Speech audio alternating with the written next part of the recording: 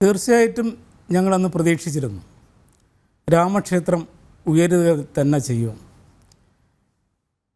1986 രാമജന്മഭൂമി മുക്തി യജ്ഞ സമിതിക്ക് രൂപം കൊടുത്ത് അതിൻ്റെ പ്രവർത്തനം ഭാരതമെമ്പാടും നടക്കുന്ന സമയത്ത് തന്നെ രാമക്ഷേത്രം ഉയർത്താനാകുമെന്ന് ഞങ്ങൾ അടിയുറച്ച് വിശ്വസിച്ചിരുന്നു. ആ കാലഘട്ടത്തിൽ ഇറങ്ങിയ ഒരു ഗാനമുണ്ട്, ഞങ്ങൾക്കെല്ലാം വളരെ പ്രചോദനം കിട്ടിയ ഒരു ഗാനമാണ്. കോടി കോടി ഹിന്ദു മനസ്സിൽ ആവേശം നാം സൃഷ്ടിക്കും, രഘുവരനാണേ സത്യം, ക്ഷേത്രം അവിടെ നിർമ്മിക്കും, രാമക്ഷേത്രം നിർമ്മിക്കും, ഭവ്യക്ഷേത്രം നിർമ്മിക്കും. 33 വർഷങ്ങൾക്ക് മുൻപാണ് ഈ ഗീതം രചിച്ചത്, അതിന് സംഗീതാവിഷ്കരണം നടത്തി അത് പാടിക്കേട്ടത്. ഇത് ഈ കേരളത്തിലെ എല്ലാ കർഷകരെയും രാമഭക്തരെയും പ്രചോദിപ്പിച്ച ഗാനമായിരുന്നു. അതുകൊണ്ട് തന്നെ എല്ലാവർക്കും, രാമഭക്തരായ ദേശവിശ്വാസികൾക്കെല്ലാം, ദേശീയ ജനതയ്ക്കെല്ലാം ഉറച്ച വിശ്വാസമുണ്ടായിരുന്നു രാമക്ഷേത്രം അയോധ്യയിൽ ഉയരും, രാംലല്ല അവിടെ പ്രതിഷ്ഠിക്കപ്പെടുക തന്നെ ചെയ്യും എന്ന് കരുതി. ഞങ്ങൾ 1990 ആദ്യത്തെ കർസേവയ്ക്ക് വേണ്ടി പോകുന്നത്. ആ കാലഘട്ടം ശ്രീ മുലായം സിംഗ് ഉത്തർപ്രദേശിൽ മുഖ്യമന്ത്രിയായ എന്ന കാലഘട്ടമാണ്. ഈ രാമജന്മഭൂമി പ്രക്ഷോഭത്തെ ഏറ്റവും കൂടുതൽ എതിർപ്പ് ആ കാര്യത്തിൽ പ്രകടിപ്പിച്ച മുഖ്യമന്ത്രി ശ്രീ മുലായം സിംഗ് യാദവാണ്. മുലായം സിംഗിൻ്റെ ഭരണത്തിൽ ഒരിക്കലും അവിടെ കർസേവ നടക്കില്ല എന്നായിരുന്നു വലിയ ഒരു കൂട്ടം ആൾക്കാർ വിശ്വസിച്ചിരുന്നു. അതുകൊണ്ട് തന്നെ ഒരുപാട് വെല്ലുവിളികളെ, പ്രതിസന്ധികളെ അതിജീവിച്ചാണ് ആ കർസേവ നടത്തേണ്ടത് എന്ന് ഞങ്ങൾക്ക് ഉറപ്പുണ്ടായിരുന്നു. ഞങ്ങളിവിടെ തിരുവനന്തപുരം നെയ്യാറ്റിൻകര ഭാഗത്ത് നിന്ന്, അതായത് തിരുവനന്തപുരം ഗ്രാമജില്ലയിൽ നിന്നുള്ള സംഘത്തെയാണ് നയിക്കാനുള്ള ചുമതലയാണ് എന്നിൽ നിക്ഷിപ്തമായത്. ഞങ്ങൾ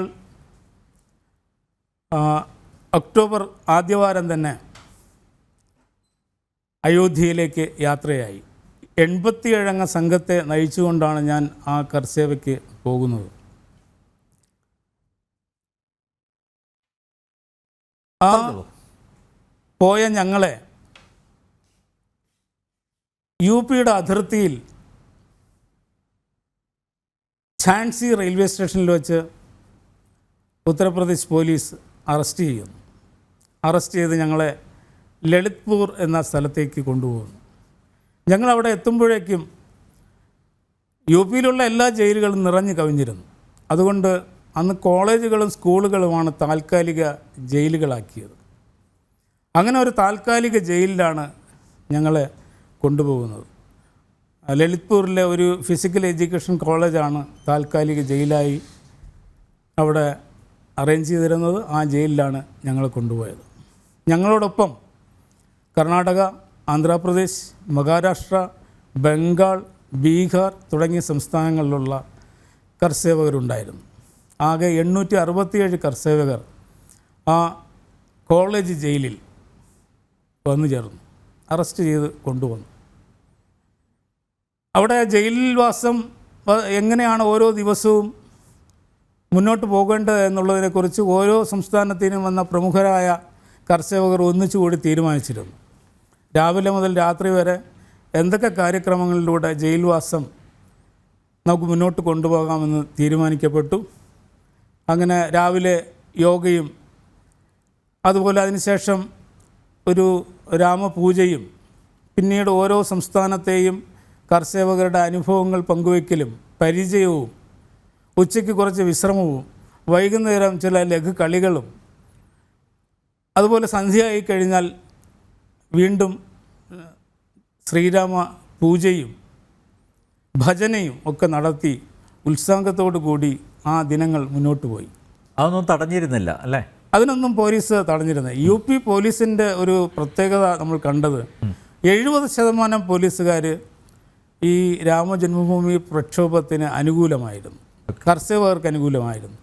അതേസമയം 30% പോലീസ് മുലായം സിംഗിൻ്റെ ഏത് ആജ്ഞയും ശിരസ വഹിച്ചുകൊണ്ട് നടപ്പിലാക്കാൻ അവർ നിതാന്തമായി ശ്രദ്ധിച്ചിരുന്നു. അവർ കർഷകരെ പരമശത്രുക്കളായാണ് കണ്ടിരുന്നത്. അങ്ങനെ നമ്മളവിടെ ഒരു ക്യാമ്പിൽ പോയി ഇങ്ങനെ ജീവിതം മുന്നോട്ട് പോകാനല്ലല്ലോ ആഗ്രഹിച്ചു പോയത്. നമ്മളെല്ലാം കർഷകയ്ക്ക് വേണ്ടിയാണല്ലോ പോയത്. കർഷക ദിനം അടുത്തു വരുന്നതോടുകൂടി ഞങ്ങൾക്ക് ആശങ്കയായി. ഞങ്ങളിനി എന്ത് ചെയ്യും? ഇപ്പം ജയിലിലാണ്. പക്ഷെ കർഷകയ്ക്ക് അയോധ്യയിലെത്തണം. അതിനെന്താണ് മാർഗം എന്നുള്ളതിനെക്കുറിച്ച് ആലോചിച്ചു.